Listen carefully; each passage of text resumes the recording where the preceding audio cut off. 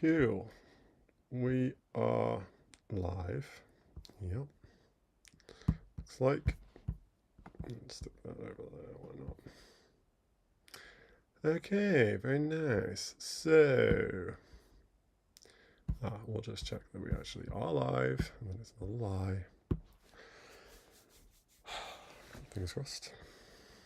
So, last week we were looking at some stuff. Yeah, that looks good. All right, very nice.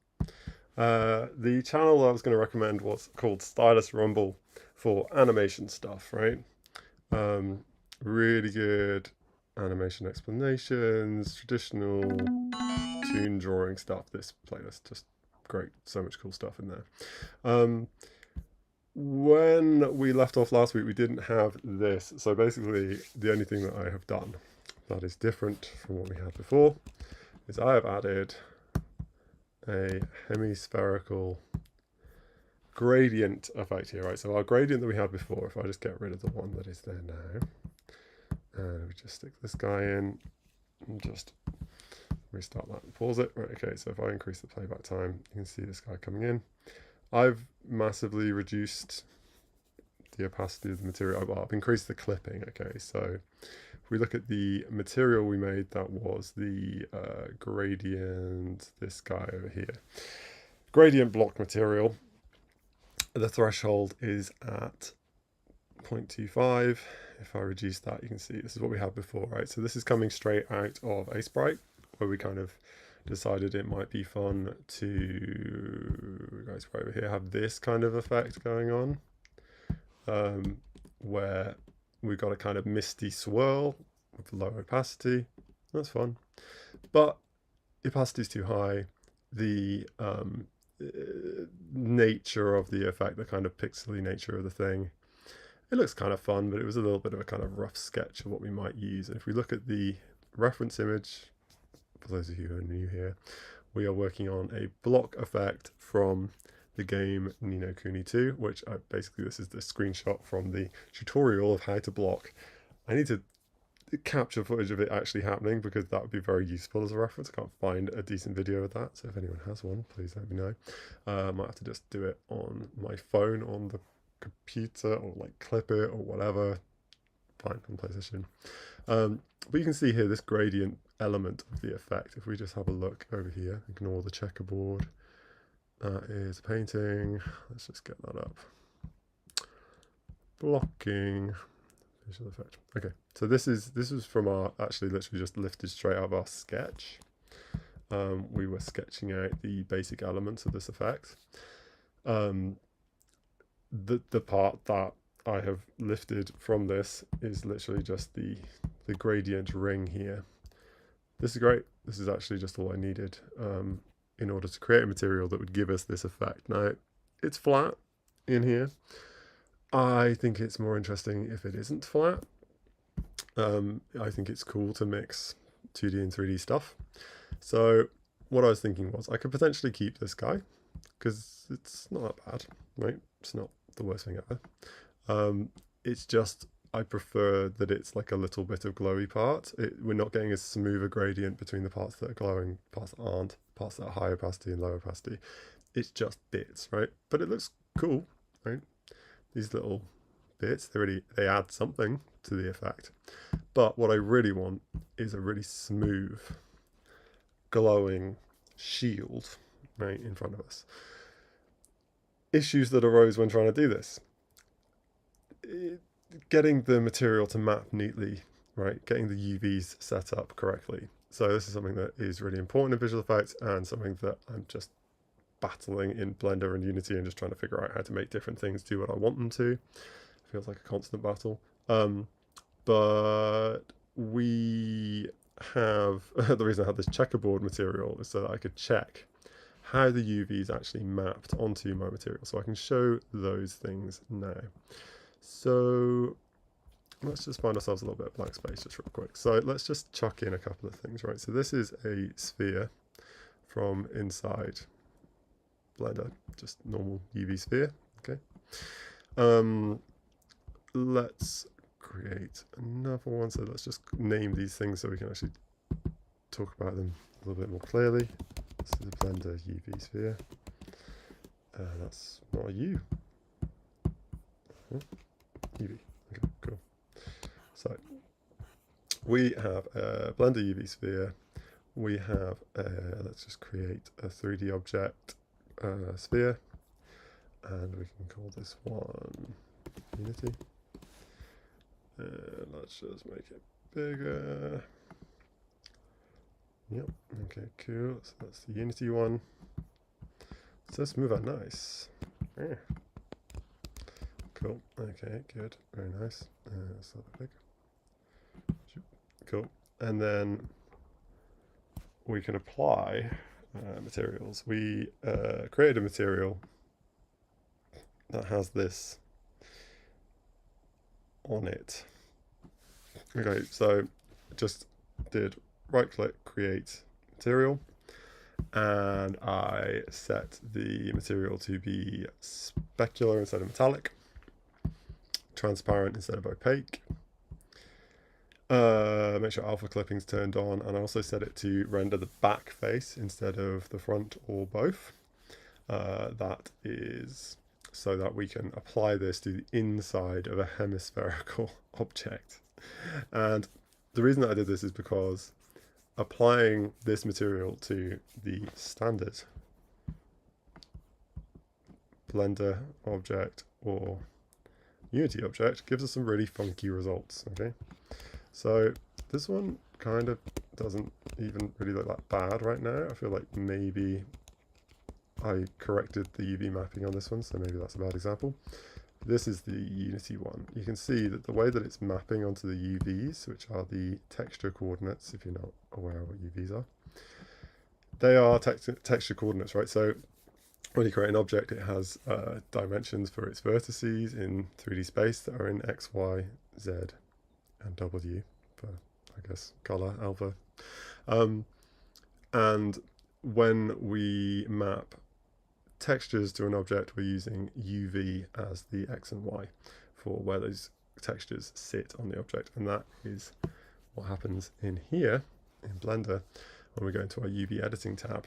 So what I did here is I just created a UV sphere, cut it in half by making sure I was facing straight on, Shift Z to go into edit mode with tab, Shift Z to go into wireframe mode, and then I just selected all the vertices that were below my line, just under here, and hit X to delete them.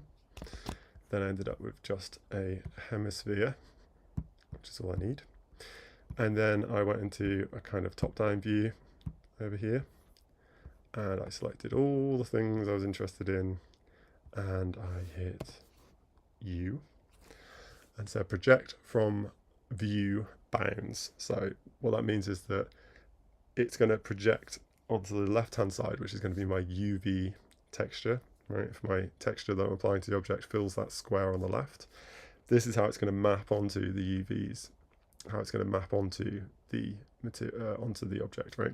And doing project from view allows us to have everything be smoothly from the center to the edge there, and it scrunches stuff up as it gets to the middle, which by default doesn't happen inside a Unity object, and I think I changed the one that is actually in there, so I think even in Blender it doesn't either. And project from bounds, the bounds bit means it pushes it right to the edges of the image, so that if we had a gradient texture here, it will actually apply to the whole image, which is nice. Okay, cool. So I then exported that by going export FBX, export an FBX file, right, it's just an object, a mesh file. Imported that into Unity by right clicking and saying import new asset, find my FBX folder and grabbed it, and then I didn't do really anything to it. Yep, and I can just drag it in now. Could adjust the scale, couldn't I? So if we now have a look at this guy, we're gonna have to chuck him on his side in order to be able to see what we're talking about here. And maybe I'll just turn it around like this as well. Why not? Okay, so this is our hemisphere, right? And you can see at the moment that we've got back face culling, so we can see the front face, like the outside face of the object, but we can't see the inside. Our material is set up so that we can see only the inside, right? So if I get this to actually, it's gonna go, there we go. Drag it on there, or you can drag it onto the object in the scene. It is now only on the inside of the object. You see that? Which is kind of cool. And it's giving us a really cool kind of shield bubble, which I think looks really nice. And if we have a look at the object, we have got the base map. So we imported the texture. This is literally just the one straight out of Affinity that we were just looking at. Right, it's this guy with the background turned off. So it's slightly blue, it's got a little bit of a blue rim, and it's got a white gradient fill, but it's a really smooth fill, which is really nice when we then go to apply an emission to it. It gives us a really clean, first let the shader recompile. There we go. So this is what it looks like without the emission, and then if we turn the emission on, you can see we get this really smooth emission. We haven't got these blotchy chunks like we did in Sprite. We just dragged the texture we wanted out of our folder onto the object, and the only thing that we did to this when we dragged it in was the usual thing we do with a texture or sprite, which is to change it texture type to sprite 2D and UI. We don't care about that. We changed the mode from multiple to single. We left everything else the same. So we're using input texture alpha. Alpha is transparent. That's all set by default. We've clamped it so that it doesn't repeat, and we turned the filter off, which doesn't actually make much of a difference. Yeah, but can do if you're working with pixel art. Very important to turn that off. Okay, yeah, and then that got dragged into our material as the base map, so that's going to tell us the shape of the material. And then the actual colors, if you want to have a look at that. I just chose like a soft blue, and I increased the intensity to 1.5, and that is working because, we have a look in our main camera, we have a post-processing volume here. I might just take that out of there just so it's a little bit more obvious what's going on. So this is our post-processing volume that affects the whole scene. Let's save that. And on our profile we have a bloom effect, which we did by saying add override, post-processing, and if we didn't have it, we could add it, but if it's there, it won't let you. And then we have the intensity and the threshold and the scatter set up so that this is glowing. That's a lot, obviously. Threshold is the point at which it starts to glow, so that directly maps to our intensity on our material, right? So if we set this to be 1.5 like it is on our material, we kind of get no glow, right? Anything above that, nothing's happening. If we go below the intensity of our material, see it starts to glow. Cool, right? And then the further down we go, everything starts to set it off, right? So yeah, we wanted that to be 0.8 seemed reasonable. And then our intensity, how intensely it glows, all right? Just a little bit is fine. And then the scatter, as I said, is how much it diffuses the light through the atmosphere. It gives you really like misty, foggy effect. Cool. Yeah, so that was everything that I did off stream, because I just kind of had to play around with these ideas a little bit to just get the UVs mapping correctly, and you can see it better if I just material, not texture. I just created a checkerboard material. You can see here, just checkerboard pattern that I could then apply to a material by just chucking it on, and then if I apply it to this object, you can see the way that the UVs are being mapped now really neatly, exactly how I wanted them to be mapped.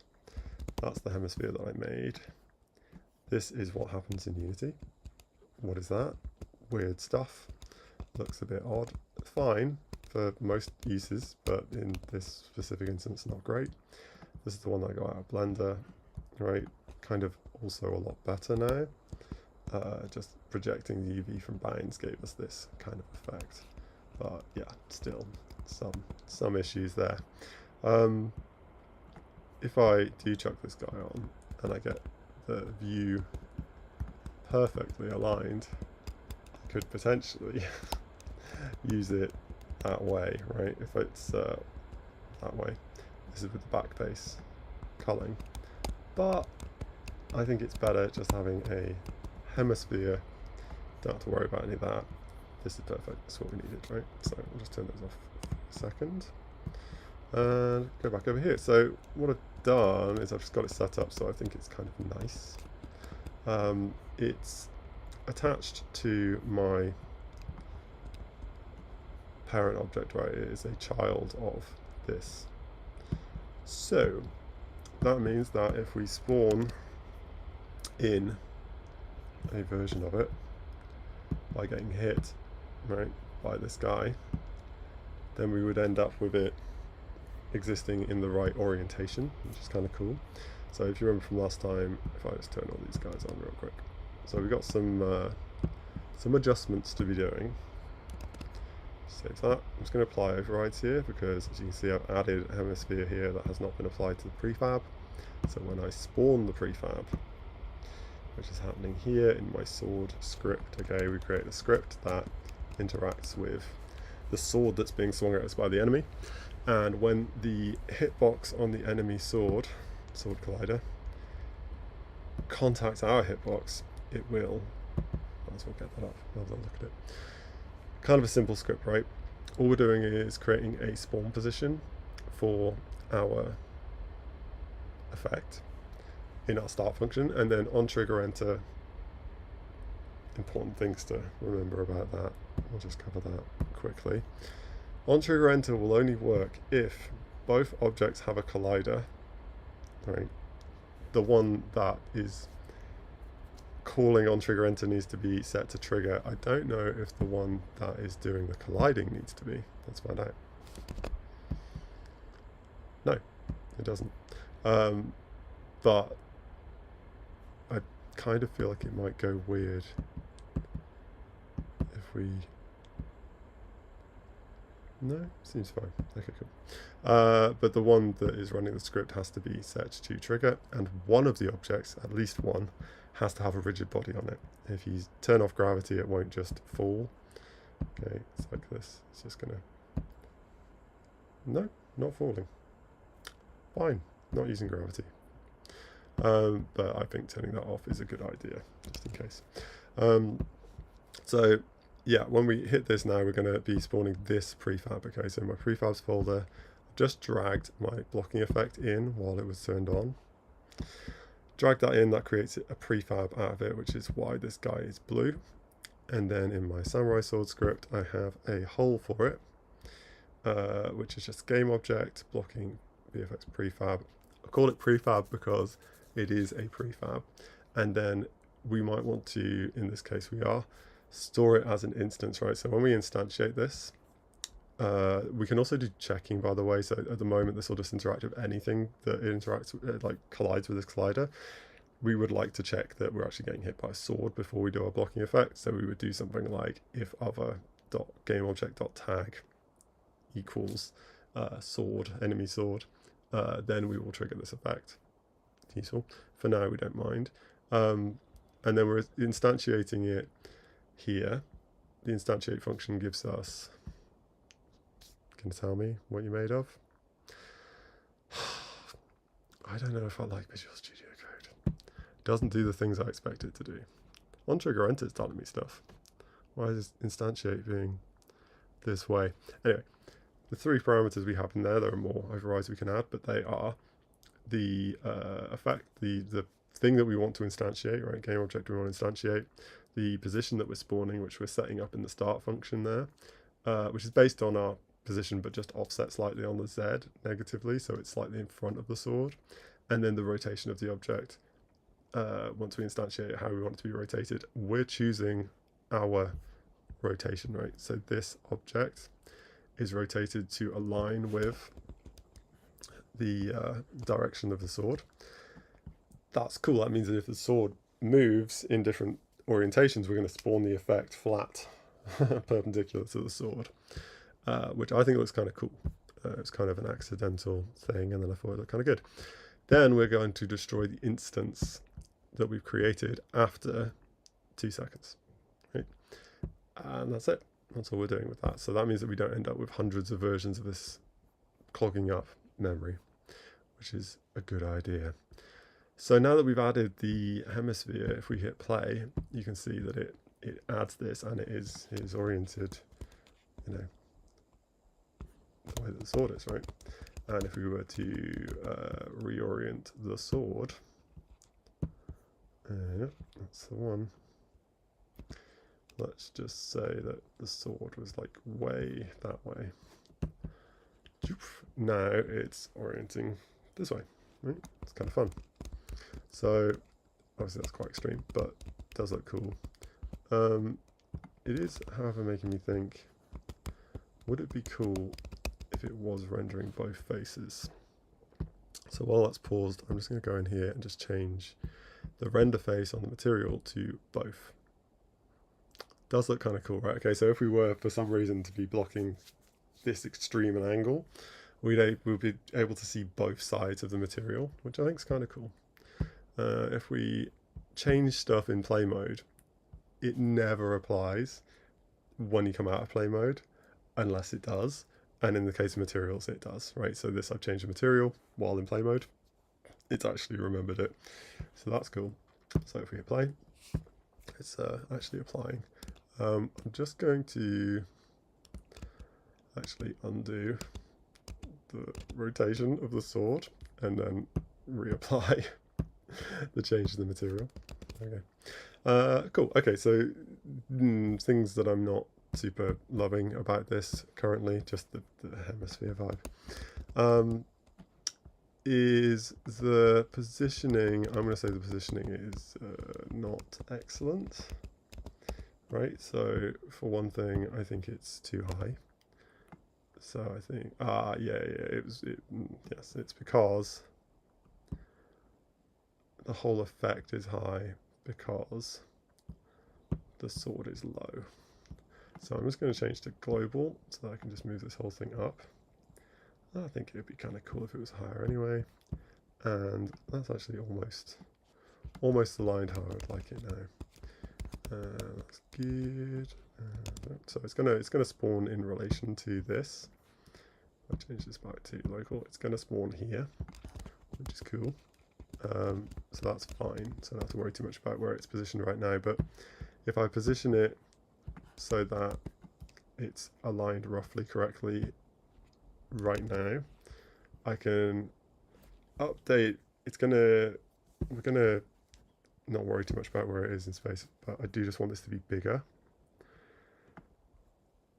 And I think maybe something like this could be cool, maybe just a little bigger.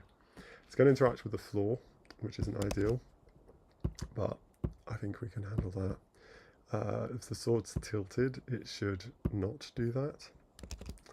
So if we just grab our sword and just rotate it slightly like these, which I think is kind of cool because that's kind of matching the angle the attack's coming in.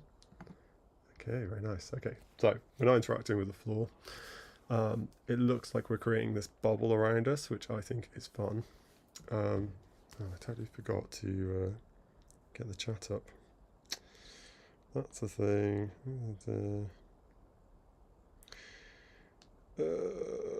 Right, let's have a look. I'll just see if there is any chat. Okay.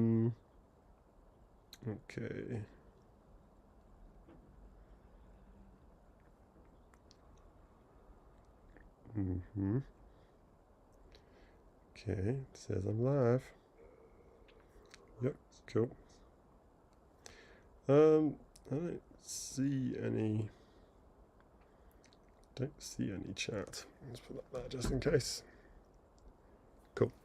So yeah, this is looking pretty good, right? So the actual effect itself needs tightening up, but that's kind of fun. I think that maybe slightly too large, the way that that is at the moment, but you know, not bad. Okay, and then this guy's going away, and then this guy's coming in. Yeah, it's kind of fun. So there's a few things, right? We need to basically completely from scratch redraw most of the effect, right? Like we haven't done a particularly good job of making each of these individual components. I don't hate it. I think there's some cool stuff and there's some cool ideas, but it was kind of rushed, and it would be nice to kind of think about it in context a little more. Another thing that I'm thinking about is that we could. I don't really want this.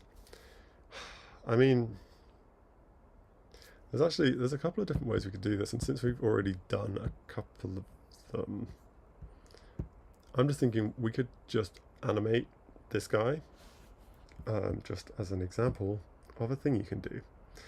Don't want to be in my materials folder. Yeah, okay, cool. So we're going to create a new animation. Let's call it shield bubble. And we're just going to animate it. We're going to add a property. Transform scale. Okay, it's going to be a scale. I guess we didn't need to do that actually. Right, if we just hit record, we can just link this and just say 0. Right, okay. And then we can go along to a position wherever we might want to be. And we can set this back to whatever we want it to be, 2.5 or something. Alright, and then we turn it off. So this is kind of just as an example that you can animate almost any property, right? Anything that appears in this property list, you can mess with, right? You can turn the mesh renderer on and off. You could adjust the alpha through this, right? Alpha clip, base color. There's all sorts of stuff that we can access through the mesh renderer that we could mess with, right? So we've got material in there, and we can mess with its properties. Let's just see if that is true of the material itself. Yeah. So yeah, so we can get this. We can mess with that inside of there, right? Just get rid of that for now. So that's just boom, just getting big, and then when it's the size we want it, we can just have it be that size. Yeah, I mean, actually we could have that fill, and then we could say that at this point we want to maybe reduce the intensity. Nope. What do we want to reduce? I kind of want to reduce the alpha, but I don't know that that's going to adjust. That's going to have too much to do. Yeah, that would work. Okay, cool. So let's just have a look, right? Whether it'll like this or not, we'll have to figure out in a minute. So if we just hit record and we go to, I mean, yeah, we could do it this way, right? So let's just see what happens if we mess with the alpha. Set it to 0. As we come in, if we say when we get to there we want it to be 100%, and then we have that look. So it's going to start to come in there, so maybe here we want it to still be a little lower. That could be cool. It's not really linear, so that's kind of looking cool. Shrink. Very nice. Okay, and then maybe from here we want it to be 100%, and then maybe here we would like it to be 0 again. Let's see what happens. Let's see if that affects the material after we stop messing with it. It'd be interesting, right? So now we've animated two things. We've animated the scale of the object, and we've animated a property within the material, the alpha, transparency. So I was kind of thinking, oh, we could have it be a particle system that spawns as a mesh, and blah, blah, blah. We don't really need to do that. We could just make it animate. Is that any good? I don't know. Let's apply that. Applied the overrides. Okay, so we messed with the one in the scene. We've applied our overrides by going overrides, apply overrides, and then we'll just turn it off. If we hit it, we can see that we are animating our scale and we're animating our alpha, and we're destroying the object. But what we're doing is we're looping the effect there. So we're going to find our animation clip for our shear bubble and turn off loop time and then hit play, which is kind of cool. And what we notice if we do that, just turn this all on again, is that it dies too quickly. But I'm going to say that it is most likely going to be the case that we reduce the time significantly of all of the other elements of the effect. I'm not going to mess with it just for now.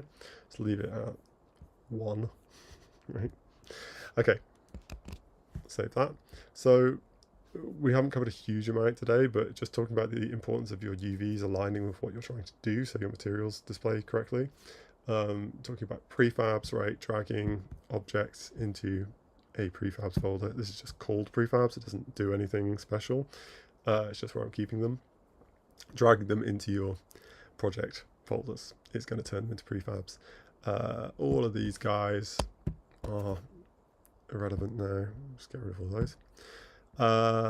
We've added a hemisphere to this object. We talked about applying overrides, right? Apply all, right? It will update this prefab to reflect the changes you've made in the scene.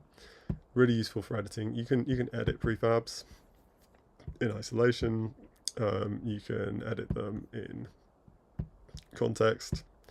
If we click on it, we should get options for messing with it as a prefab. We just up here.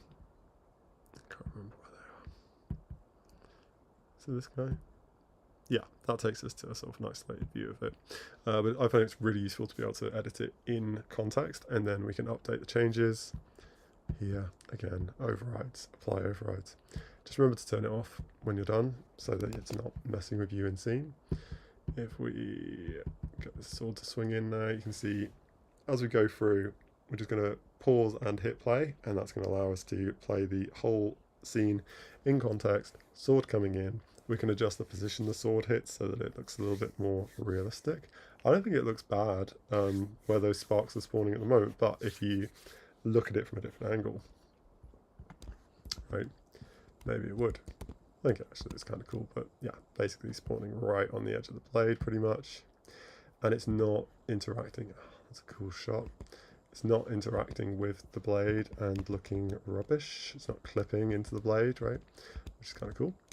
Yeah, so that's just the first part of our effect, right? We broke it down into several chunks. One of them is this sort of orange sparks, and we can see them playing out. This is the animation that we made by hand inside a sprite.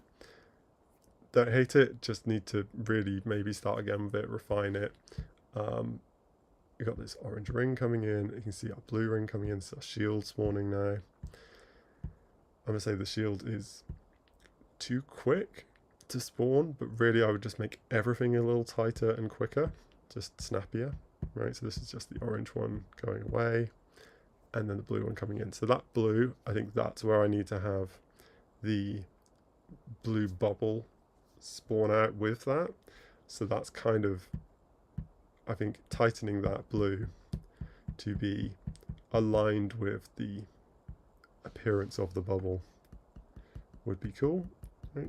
And then it's actually dying away relatively cool timing wise, but yeah, just the whole thing being quicker would be good.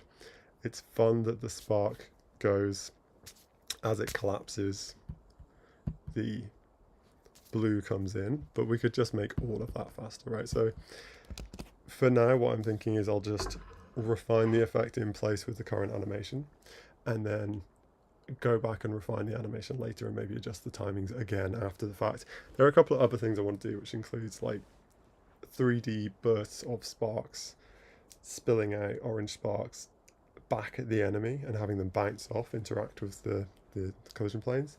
That would be cool. Same with the blue. You might have some blue particles kind of floating around in 3D space. That would help to sort of integrate the 2D sprite sheet animations with the 3D world. Same as this hemispherical shield bubble. That's effort to integrate the 2D and the 3D and give a little bit more sense of depth to the effect.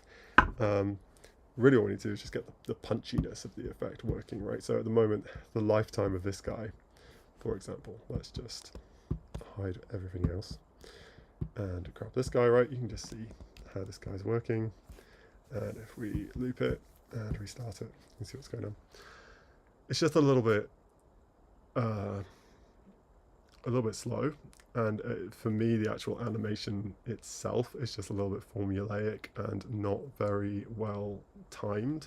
So not only like speeding up and slowing down isn't going to get me the effect I want, the punchiness that I need from this. I need to go and redo the animation itself. But for now, it wouldn't be the end of the world to just decrease its lifetime, right? It's going to give it a lot more punch just immediately. I'm also sort of thinking it would be nice if there was just a little bit of noise. Let's go color of a lifetime and just grab the alpha component. So color of lifetime allows you to essentially start and end at different points in terms of color. The bottom tags here allow you to adjust the color. The top one's the alpha. If I reduce the alpha, I don't think it's going to do anything because the material itself is what's controlling the color of the object, and that has an emissive property to it, which is why this is glowing. So in order to actually have this change, I would need to adjust this parameter. Can I do that in an animation? Maybe. Let's find out. Right, I managed to mess with the material on the last one. Let's give it a try. So if we're here, right, we're on this guy. Let's just see what happens. Okay, animation clip is read only, show properties, read only properties, right? That seems like it wouldn't want us to do it. Should we just try it anyway? Let's call this orange ring. And save. Let's see. Okay, so let's just hit record and mess with the material and see what happens. So I think a lot of the way that I've learned how to do anything inside games is from just messing with stuff, right? So let's say that we want to start, I don't know if there's like, yeah, we're just looking at the threshold here. So because of the clipping, if I mess with the alpha, if I'm below the threshold, basically getting almost nothing, like kind of thing. But let's just say that we're here, and then within not very long at all, we're at full alpha, and then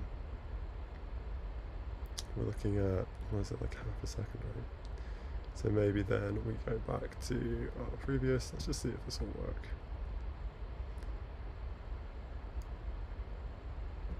This guy, and then go to nothing. Let's just see what happens there. Because we're going to be spawning this in as an object, right? So it's kind of hard to tell how that's going to work. If that's going to work, it's a kind of difficult thing to do the timing on that guy. But if we update it all and spawn it in, we'll be able to see what's going on and just see if that's good. Get this guy all turned on as well, so okay, apply and hide you and play you. Okay, let's see what happens, right? So in theory we should start with lower alpha value. Let's have a look, right? So because we're in pause mode here, we're in play mode, but we paused it, we can actually grab this guy and go and have a look, right? Yeah, look, our alpha is like so. And we can see the alpha just along the bottom here. It'd be easier to see. Yeah, that is animating. And then it's getting reduced again. It's just causing it to like clip a little bit off. I don't hate it. Right? It's definitely faster, right? It's just got this much more punch to it. Like I said, the timing is off. The time between the frames, the movement is off. Because we were just kind of throwing a thing together. But overall, not bad. All right, let's just apply that. So if we just take these two guys together, we hide the rest of it as well. Yep. Okay, cool. Then we can have a little look and see. Right, okay, so let's just restart and pause these guys. Playback time. Okay. So the blue is coming in immediately. Yeah, that seems odd. Why is the blue coming in immediately? We should have a start delay on that. Start load time, start delay. Okay,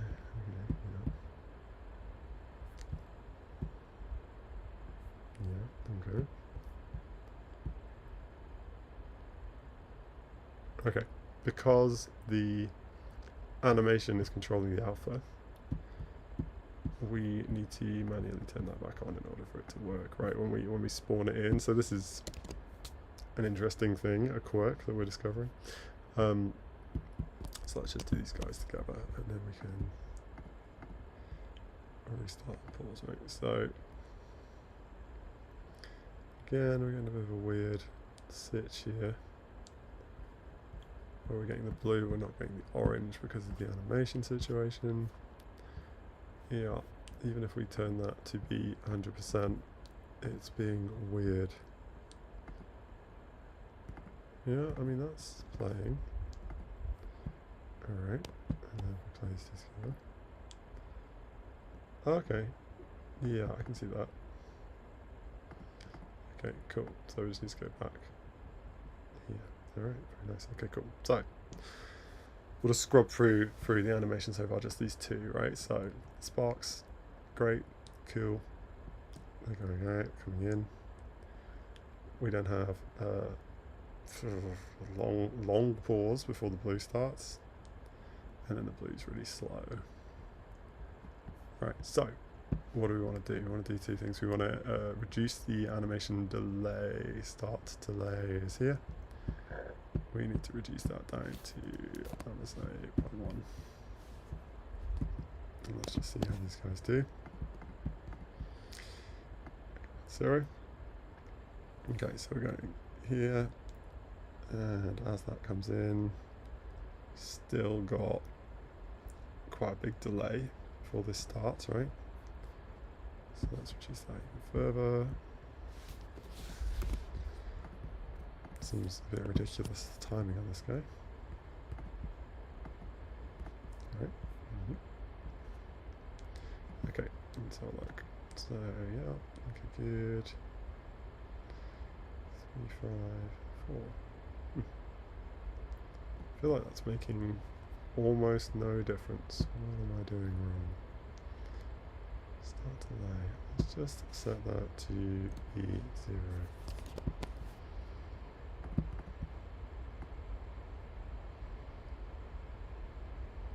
Okay, I know what's going on. We actually delayed the start of the animation inside the animation itself, right? So we separated out while we were timing the effect, as if the whole thing was playing in one go, so that when we were animating it we had some idea of what was going on. That means we got blank frames at the beginning of this animation that we don't want, right? So the blue rings here, there's yeah, blue ring, blue sparks, blue sigil. There's empty frames in the beginning of the effect, which are getting in the way of this starting immediately, which is annoying. That would be something I would like to change. We're kind of we were talking a little bit about spacing out and timing of animation, so we put those in there so we could kind of have things spark off each other at different times and create a kind of cool effect. Now that we have each one as a separate component, we don't want that at all. If we have a little look at our sprite sheets, right, this guy has blank effects. I'm wondering if I could just reduce by 3 the size of the sprite sheet. Which end would it come off, right? Texture sheet animation. Let's just see what happens. Yeah, it's making it move. It's not great. We basically would just have to adjust the actual, I mean, it's actually deleted these guys. 1, 2, 3, 4, 5, 6, 7, 8, 9, 10, 11, 12, 13. Yeah, it's not even including these blank frames. It's only playing ones that have something. How odd. Lifetime, start delay, restart. Yeah, I don't know. That's odd. Maybe it is including those frames, whether we want it to or not. So deleting those from the sprite sheet would be a good start. What else can we do? Well, the whole animation will be quicker if we reduce that. That means it's going to start much faster. So let's just do that for now, and that'll be a kind of quick, dirty fix for us.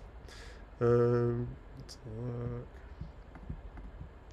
Yeah, okay, so go in, we come back, and then the blue starts like perfectly on time. Great, okay, and it's shorter as well, which is nice. Let's see how that plays with everything else. I don't know if I want this one, right?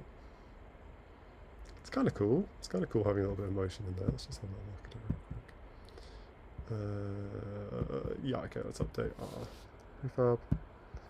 Overrides, save that, turn that off. And then we'll just, let's just watch it, right? It's kind of cool. We need to reduce the length of that guy at the very least. Reduce the lifetime. Let's go to like 1.2 and let's get a little delay. Okay. So it's a little bit of a palaver doing this if you're doing it a lot, but it's not bad. That's kind of fun. Yeah, and I don't even actually, I'm not overly mad at the duration of that bubble is kind of cool, right? Here comes our shield effect. It's coming in before the blue, so we could literally just adjust our animation to have it just start a little later. Could be a thing. Okay, it's kind of cool. And that's dying away. This guy's lasting longer, way longer. So we could reduce. I mean, the length of time it's lasting isn't horrific, but I do think both of those could be shorter and it would be better, right? So really I'm kind of finding that generally speaking, lifetime wise, less is more, right? With visual effects, like if it's supposed to be a kind of punchy impact effect, even if we've got a kind of lingering shield effect going on, less is more. People are going to get the idea. Yeah, let's go through it here. Right? So if we just do it quickly, it's kind of cool. I think the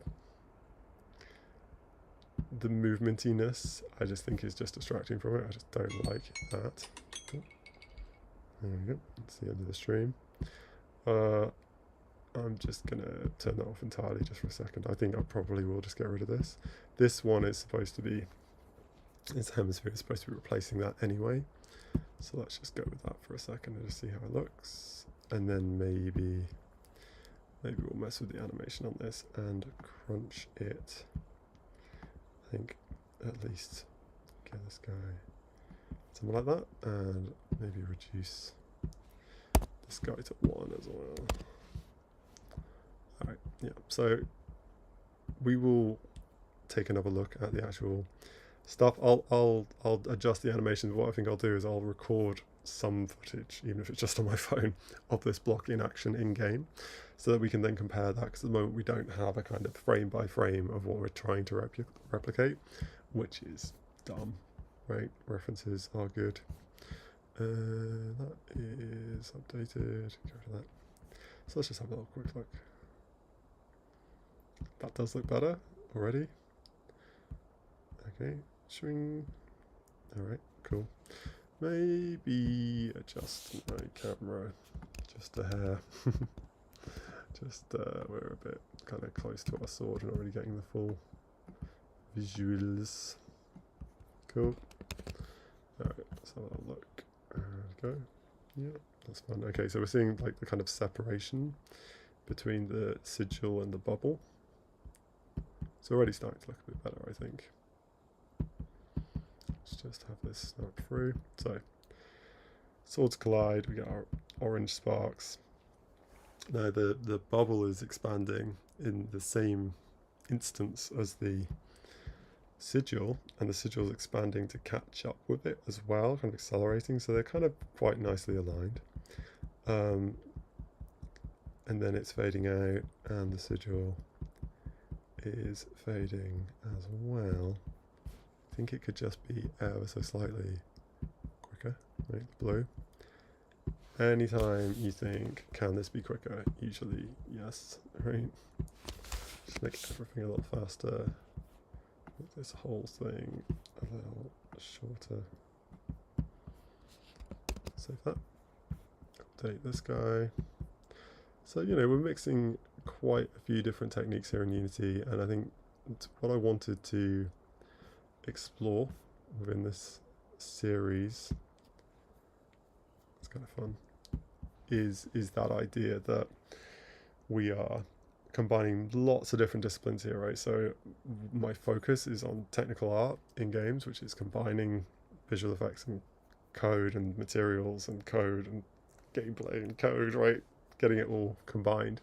And this is one of those instances where maybe the best thing to do would be to use a particle system. Maybe we're going to use an animation. Maybe we'll trigger it with code. We're going to be positioning stuff in code, right? So if I just restart these effects and pause them, just have a look. Oh, I just want to update my camera position as well. I think just, oh, hello. Just wanted this guy to be up a little as well. Yeah, if we just have a little look here, if we look at the blue ring, what's that? Yeah, full. So we've expanded the size of our shield ring right here, and we're also looking at the position of it. The position is slightly ahead of where we are. I think maybe, you know, so for example of what we're up to, we just need to adjust the code, and we could turn this into a parameter, right? Shield offset amount distance.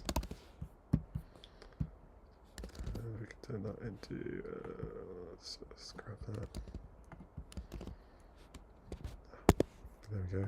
Autofill, lovely. Cool. And then in here we can just say, okay, on the sword, yeah, this is just slightly ahead of where we want it, and maybe the shield itself is slightly too big. So let's be and this guy's scale, unfortunately, this is where we get into some issues, right? The scale of this guy, we need to adjust this. Right, so we need to hit record, and we need to reduce to, let's have a little look and see what we want it to be. Maybe something like that. It's kind of cool. So what is that? Let's go 0.2, cool, and then let's do 0.22, 2.2, right, and then going down to just actually getting bigger is kind of cool. Let's go to like 0.8. I like that. So, happy little accidents, right? Because I'm doing this now, I'm not only am I picking up little bits, like the fact that it's scaling from the center here is interesting. I think that's kind of cool. And then it's, because it's scaling again, it's fading.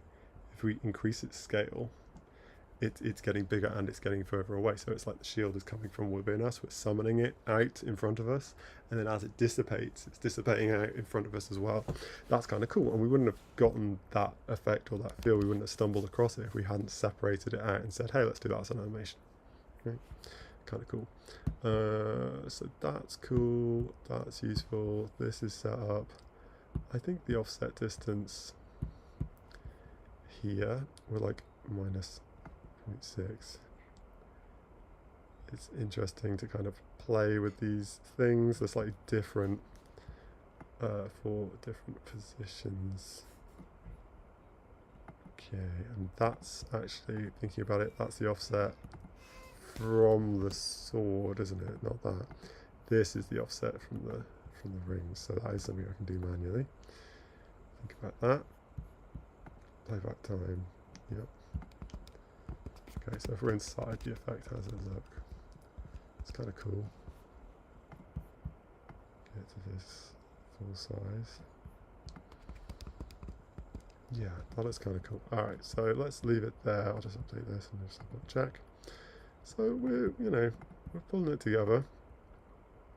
Yeah, that's going to be okay. And now if I play spawn point here, this distance, right, if I come in here, I change this to 0, right, we are landing right on the blade, inside the blade in fact, which is not what we want, right? See this? Right, we're now clipping in the sword. It looks kind of cool, right? So if we then go over here and go, okay, well, how does that actually look? It looks kind of cool. It looks like the sparks are coming from within the sword, like the sword's reacting to it, and that's fun, but also, I would say, wrong for what we're after. So we'll give it a little bit, 0.2, pause, and play. It's only a couple of things. Right, this is right on the edge, look at that. Right, perfectly aligned with the with everything, right? And then our blues coming in.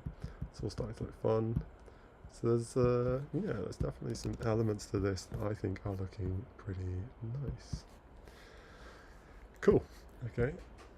Yeah, fun. I like the dissipation now of this. Okay, this is coming in. Blue's taking over, right? As this dissipates, check out the hemisphere. It gets bigger and fades off. That's kind of cool, right? It's kind of fun. So we'll leave it there for now. When we come back, we'll have a look at whether we want to go in and redraw some of these animations. I think that would definitely improve it, and we'll also see if we can get a look at the, just looking at it and seeing the orientation, the parts that are supposed to be dripping off the bottom of the effect. Now that we've reoriented the blue, they are going sideways. I realise now, right? Look at these, right? So down here in the bottom right, as this guy's dripping, you see these pieces that are dripping off, they're dripping at an angle. That no longer makes any sense, right? So that's something that we definitely need to address, and it could be addressed by adding a particle system to emit orange forward and blue down, right? As we're creating this thing, we've got these blue particles dripping off the sigil. I think that's kind of fun. So we'll do that. Okay, cool. Join me for the next one, and we'll just continue going into like an obsessive level of detail about every element of the thing. Cool. All right, let's find the stream and kill it.